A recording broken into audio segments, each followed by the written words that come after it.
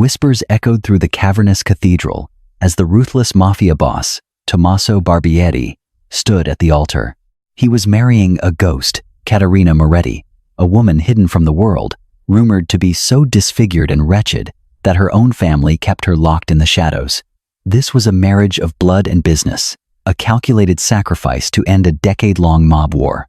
Tommaso expected a cowering, hideous pawn, but as they stood alone in his sprawling estate, and he finally reached out to lift the heavy, obscuring veil, Tommaso froze. The skyline of Chicago was a jagged silhouette against the bruised purple of the twilight, but inside the penthouse office of the Barbieri syndicate, the atmosphere was suffocatingly cold. Tommaso Barbieri stood by the floor-to-ceiling windows, a crystal glass of amber bourbon held loosely in his grip. At 32, Tommaso was a man carved from the very marble of the city's corrupt foundations, ruthless, impeccably dressed, with eyes as dark and unforgiving as a winter storm. He had inherited a crumbling empire, and through sheer violence and cunning, forged it into an unstoppable machine. But machines required maintenance, and wars were expensive. The 10-year blood feud with the Moretti family had drained their resources and painted the streets red. A truce had been brokered by the commission, and the seal of that truce was a ring on a finger. "They are insulting us," Tommaso, Vincenzo, his aging consigliere, muttered from the leather armchair. Vincenzo's face was a map of deep wrinkles, each one a testament to a life of organized sin. "Lorenzo Moretti gives you his niece, Caterina. The girl is a phantom. Worse, she is a monstrosity. The whispers say she was burned in a fire as a child, that her face is a ruin. They give you their discarded trash to be the queen of the Barbieri." Tommaso took a slow sip of his bourbon, the liquid burning a familiar trail down his throat. "I am not marrying her for her face, Vincenzo. I am marrying her for her name. The Moretti territory in the South Ports becomes ours. Lorenzo's men stand down. If I have to share my estate with a gargoyle to secure the ports, so be it." "It is a sign of disrespect," Vincenzo pressed, his cane tapping rhythmically against the hardwood floor. "It is a sign of surrender," Tommaso corrected, his voice a low, dangerous rumble. "Lorenzo is weak. He gives me the niece no one wants, because he cannot afford to give me his blood daughter. It proves he is desperate. The girl will be given a wing of the estate. She will have her clothes, her food, and her silence. I will never have to look at her." The week of the wedding was a blur of hollow formalities. The city's elite, both legitimate and underworld, gathered to witness the binding of two rival houses. The cathedral was dripping in white roses, their sweet scent masking the metallic stench of the blood that had been spilled to reach this day. When the church doors finally opened, the congregation held its collective breath. Caterina Moretti walked down the aisle. She was draped in a gown of heavy, antique lace that looked more like a shroud than a wedding dress. Her face and head were entirely obscured by a thick, opaque veil that fell past her shoulders. She moved with a strange, stiff deliberation, her head bowed. The whispers swept through the pews like a sudden draft. Words like hideous, cursed, and pitiful hissed through the holy sanctuary. Tommaso watched her approach with cold detachment. He felt no pity, only a weary resignation. He extended his hand, and when her gloved fingers slipped into his, he noticed they were trembling slightly. Fear, he thought. Good. Let her fear me. It will make this easier. The vows were spoken. Rings were exchanged. There was no kiss. Tommaso simply offered his arm, and they walked back down the aisle, a king of the underworld and his faceless, broken queen. The reception was a theater of fake smiles and veiled threats, but Caterina remained completely silent, seated beside Tommaso like a porcelain doll draped in mourning clothes. She ate nothing. She drank nothing. She simply sat, hidden behind the heavy silk veil. By midnight, they were escorted to the Barbieri estate, a sprawling fortress on the edge of Lake Michigan. The heavy oak doors of the master suite closed behind them, the metallic click of the lock echoing like a gunshot in the silent room. Tommaso unbuttoned his suit jacket, tossing it over a velvet chaise lounge. He didn't look at her immediately. He poured himself a drink from the crystal decanter on the sideboard, his back to his new bride. "You will take the guest room connected to this suite," Tommaso said, his voice devoid of emotion, echoing in the vast, dimly lit room. "Your belongings have already been unpacked. If you need anything, the staff will provide it. You are safe here, Caterina. As long as your uncle honors the truce, no harm will come to you. But understand this. We will live separate lives." There was no response. Tommaso turned, his brow furrowing. Caterina was standing exactly where he had left her, in the center of the Persian rug. Her posture had changed. The submissive, trembling stoop she had displayed at the church was gone. She stood perfectly straight, her shoulders squared, her chin angled slightly upward beneath the veil. "Did you hear me?" Tommaso asked, stepping closer. She reached up with both hands. Slowly, deliberately, she unpinned the heavy lace veil from her hair. Tommaso braced himself. He had seen the gruesome aftermath of violence. He had seen death in its ugliest forms. He expected scars. He expected a ruin of flesh. The monstrous face of the rumors. She pulled the veil away and let it drop to the floor. Tommaso froze. The glass in his hand tipped, a few drops of bourbon spilling onto the rug. He couldn't breathe. He couldn't speak. There were no scars. There was no ruin. Before him stood a woman of devastating, heart-stopping beauty. Her skin was flawless, the color of warm ivory, high, aristocratic cheekbones, framed eyes of piercing, glacial blue eyes that held no fear, but rather a fierce, burning intelligence and a terrifying depth of hatred. Her dark hair cascaded down her shoulders in loose, wild waves, free from the strict confines of the veil. She wasn't a monster. She was a masterpiece. But it wasn't just her beauty that rooted Tommaso to the spot. It was the sheer intensity radiating from her. This was not the broken bird he had been promised. This was a hawk, sharp and lethal. "Surprised, husband?" Her voice was a low, melodic velvet, dripping with ice. Tommaso's mind raced, trying to reconcile the decade of rumors with the reality standing in his bedroom. "The rumors," Lorenzo said.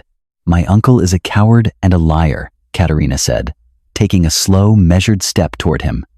"The rumors were a shield, created by my mother before she died, and maintained by me. A hideous girl is of no use to men like my uncle. She cannot be sold. She cannot be paraded to secure alliances with vicious men. Until, of course, the great Tommaso Barbieri demanded a blood price my uncle couldn't pay." Tommaso's eyes narrowed. The shock was fading, replaced by a cold, calculating anger. He had been played. You played the monster to avoid being a pawn. Yet, here you are, a pawn in my house. Caterina's lips curved into a smile that lacked any warmth. From the folds of her heavy wedding gown, her hand emerged. Moonlight caught the glint of steel. A sleek, silver stiletto blade was gripped firmly in her hand. Tommaso's instincts flared, his muscles tensing, but before he could react, she moved with terrifying speed. She didn't lunge at him. Instead, she brought the blade to her own palm, slicing a thin, precise line across her skin. Blood welled instantly, dark red against the white lace of her sleeve. "I am no one's pawn, Tommaso," Caterina whispered, holding her bleeding hand out toward him. "My uncle murdered my father to take the family seat. He used your family's war as a cover for his assassination. I have hidden in the shadows of my own home for 10 years, waiting for a way out, waiting for a weapon." She stepped closer, the distance between them practically non-existent. Tommaso could smell the faint scent of jasmine and copper. "You want my uncle's ports?" she asked, looking directly into his dark eyes. "I will give you his entire empire. I know every ledger, every bribe, every weakness in the Moretti family. But in exchange, you do not touch me, you do not command me, and when the time comes, I get to put the bullet in Lorenzo's head." Tommaso looked at the blood dripping from her hand, then up into the fierce, unrelenting ice of her gaze. He had expected a victim. He had married an assassin. Slowly, a dark, dangerous smile spread across Tommaso's face. He reached into his pocket, pulled out a silver pocket knife, and sliced his own palm. He reached out, clasping her bloody hand tightly in his. Deal. The Barbieri estate was a viper's nest. Tommaso's inner circle consisted of hardened men who respected only power and violence. His cousin, Dante, a volatile and deeply ambitious underboss, viewed the marriage as a sign of Tommaso's softening. The morning after the wedding, the grand dining room was silent as Tommaso sat at the head of the long mahogany table. Dante sat to his right, Vincenzo to his left. When the heavy double doors opened and Caterina entered, the room temperature seemed to drop. She wore a tailored emerald green suit that accentuated her sharp features and commanding presence. There was no veil, there was no bowed head. Dante scoffed, leaning back in his chair, a sneer playing on his lips. So, the beast sheds her skin. Lorenzo must be laughing in his compound. He sends us a pretty face to distract us while his men regroup at the docks. Tommaso's jaw tightened, but before he could speak, Caterina pulled out a chair opposite Dante and sat down with agonizing grace. She didn't look at Tommaso. She locked eyes with Dante.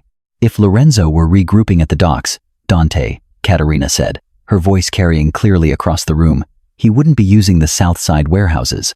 He's been moving his heavy munitions through the Shell Corporation in the West Loop for 6 months. You've been monitoring empty shipping containers. The room went dead silent. Dante's sneer vanished, replaced by a flash of genuine shock.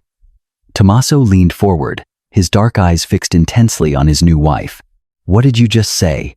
Dante growled, standing up, his hands slamming on the table. I said you are blind. Caterina replied calmly, sipping the black coffee a servant had just poured. My uncle's lieutenant, Marco, bribed the harbor master 3 weeks ago to falsify the manifests. While you've been guarding the water, the Moretti family has been moving product by rail. I have the ledger numbers. Dante looked at Tommaso, expecting the boss to silence the insolent woman.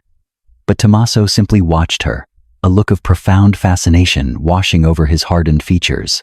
Verify it, Tommaso ordered Vincenzo, without taking his eyes off Caterina. Tommaso, you can't be listening to this, Dante started. I said verify it, Tommaso snapped, his voice cracking like a whip. Within an hour, Vincenzo returned, his old face pale. She is right. The South Docks are a decoy. The West Loop is active. From that moment, the dynamic in the estate shifted irrevocably. Caterina was not a prisoner. She was a strategist. Over the next few weeks, she became a phantom in Tommaso's war room. She rarely spoke unless she had absolute intelligence. But when she did, her tactical brilliance was undeniable. She mapped out her uncle's financial network with terrifying precision. Tommaso found himself spending more time with her, not as a husband, but as a student of her mind. Late at night, in the dim light of his study, they would pore over blueprints and ledgers. He noticed the way she chewed her bottom lip when she was concentrating, the way her eyes darkened when she spoke of her uncle. He realized, to his own profound shock, that the cold, dead place in his chest was beginning to beat again. He was captivated by her intellect, her dignity, and her unbreakable resilience. But a woman rising in power in a world of violent men breeds dangerous resentment. Dante watched the growing partnership with venomous jealousy. He believed Tommaso was being bewitched, that Caterina was a Trojan horse sent to destroy them from within. She is turning him, Dante whispered to a group of loyalists in the shadows of the estate's garage one evening. She is poisoning the boss's mind. We are Barbieris. We don't take orders from a Moretti whore. The seed of betrayal was planted, and in their world, betrayal always ended in blood. The tip came in late on a Tuesday. A major shipment of Moretti weapons was being moved through a rail yard on the outskirts of the city. It was the perfect opportunity to strike a crippling blow to Lorenzo's operations. Tommaso mobilized his men. He was pulling on his tactical vest when Caterina walked into the armory. It's a trap, she said flatly. Tommaso paused, looking up. The intel is solid. It came from Vincenzo's best informant. Vincenzo's informant is feeding you what my uncle wants you to hear, Caterina insisted, stepping closer, her blue eyes wide with a rare flash of urgency. Lorenzo knows I am helping you. He knows I know his methods. He is changing the playbook. He wants you out in the open. I can't ignore this, Caterina. If we take these weapons, the war is effectively over. Tommaso loaded his sidearm, the metallic clack echoing in the room. Then I am coming with you. Tommaso let out a harsh laugh. Absolutely not. You are a tactician, not a soldier. You stay here. I know the railyard. I know the blind spots. If it's an ambush, you will need me. Her tone brooked no argument. Against his better judgment, Tommaso agreed. The railyard was a desolate labyrinth of rusted steel and deep shadows. The rain had begun to fall, a cold, biting drizzle that slicked the ground. Tommaso's men moved silently between the train cars. Caterina stayed close behind Tommaso, her heart hammering against her ribs, a compact pistol gripped tightly in her hand. They reached the designated coordinates. The shipping container was there, its doors chained shut. Breach it, Tommaso ordered. Dante stepped forward with bolt cutters. The chain snapped. He threw the heavy doors open. It was empty. Boss, Dante said, his voice trembling. Before Tommaso could yell the order to retreat, the night erupted. Floodlights blazed to life from the tops of the train cars, blinding them. The deafening roar of automatic gunfire shattered the silence. Ambush. Get down, Tommaso roared, tackling Caterina behind the solid steel wheels of a train car as bullets sparked and ricocheted all around them. Two of Tommaso's men were cut down instantly, the air filled with the smell of cordite and copper. They have the high ground, Tommaso yelled over the gunfire, firing blindly into the blinding lights. They were pinned down, outgunned, and dying. Caterina pressed her back against the cold steel, breathing heavily. She looked up and saw the catwalk connecting the train cars. A sniper was setting up a rifle, aiming directly at the side of the train car where Tommaso was providing cover fire. Tommaso couldn't see him. Time seemed to slow down. Caterina didn't think. She acted on a pure, primal instinct to protect the man who had, against all odds, given her agency. She rolled out from behind the cover, exposing herself to the blinding lights and the chaotic crossfire. Caterina! No! Tommaso screamed, his heart plummeting into his stomach. She raised her weapon, her hands remarkably steady despite the chaos, locked her eyes on the silhouette on the catwalk, and fired twice. The sniper jerked, his rifle dropping, before he tumbled over the railing, crashing onto the gravel below. The momentary distraction allowed Tommaso to throw a smoke grenade. Thick, gray smoke billowed into the rain, obscuring the floodlights. Move! Move! He roared, grabbing Caterina by the tactical vest and hauling her up. They fought their way out, a brutal, chaotic retreat through the rusted maze. When they finally broke through the perimeter and threw themselves into the armored SUV, Tommaso slammed his foot on the gas, tearing away from the rail yard. In the back seat, Caterina was shaking, her adrenaline crashing. Tommaso pulled the car over onto a deserted side street. He threw the car into park and turned around. His chest was heaving, his face smeared with rain and dirt. He didn't yell. He didn't reprimand her. He reached out, his large, calloused hands gripping her face, his thumbs gently wiping away a streak of dirt from her cheek. His eyes, usually so cold and unreadable, were wide with a terror he had never known. "You could have died," he whispered, his voice cracking. "Why did you do that? Why did you risk yourself for me?" Caterina looked at him, her breathing slowing. In that moment, the Mafia boss was gone. There was only a man, deeply vulnerable and fiercely terrified of losing her.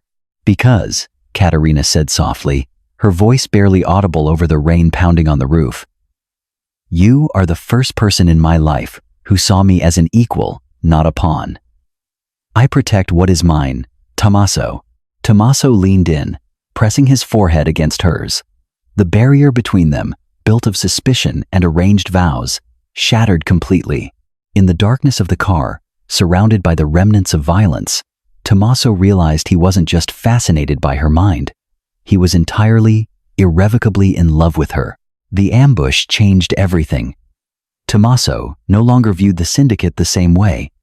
The violence, which had once felt like a necessary tool, now felt like a suffocating sickness. Caterina had shown him a different kind of strength, the strength of dignity, of sharp intellect, and of loyalty that wasn't bought with fear. But the ambush also revealed a terrifying truth. Lorenzo Moretti knew exactly where they were going to be. The leak wasn't just a low-level soldier. It was someone high up in the Barbieri ranks. Late one night, as Caterina was bandaging a graze on Tommaso's shoulder in their suite, the truth spilled out. It was Dante, Caterina said quietly, taping the gauze. Tommaso flinched, pulling away slightly. Dante is family. He's reckless, he hates you, but he wouldn't sell me to the Morettis. He didn't sell you, Caterina corrected gently, moving back to face him. He sold me. I reviewed the comms logs from the rail yard. Dante didn't broadcast the breach of the container on the main channel. He switched to an encrypted frequency seconds before the floodlights turned on. He was coordinating with Lorenzo's men. The deal was likely simple. Lorenzo gets to eliminate the niece who knows too much, and Dante gets your gratitude for saving you from the trap she supposedly set. Tommaso stared at the floor, the betrayal carving a deep, painful hollow in his chest. His empire was rotting from the inside out.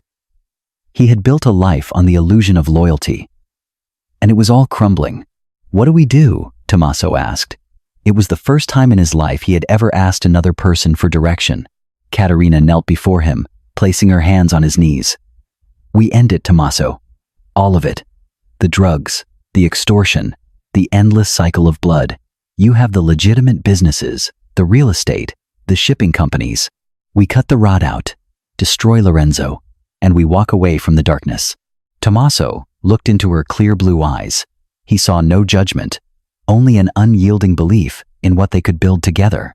The moral injustice of his life, the lives he had ruined, the fear he had peddled crashed down upon him. He had been a monster. But Caterina, the woman the world had labeled a beast, was offering him redemption. If I do this, Tommaso said, his voice thick with emotion, the other families will come for us. It will be war to end all wars. Let them come, Caterina whispered fiercely. We will burn the old world to the ground and build a new one on the ashes. The plan was audacious, dangerous, and required absolute precision.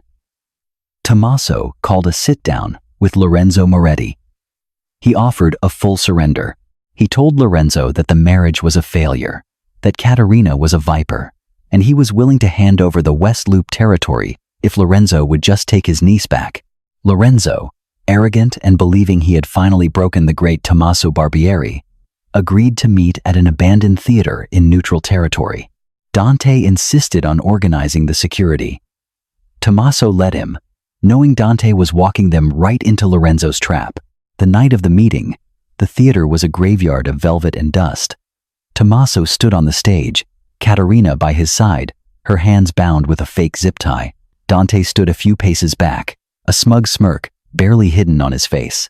The doors burst open, and Lorenzo Moretti walked in, flanked by a dozen heavily armed men. Lorenzo was a brutal, overweight man with greedy eyes. He looked at Caterina and laughed.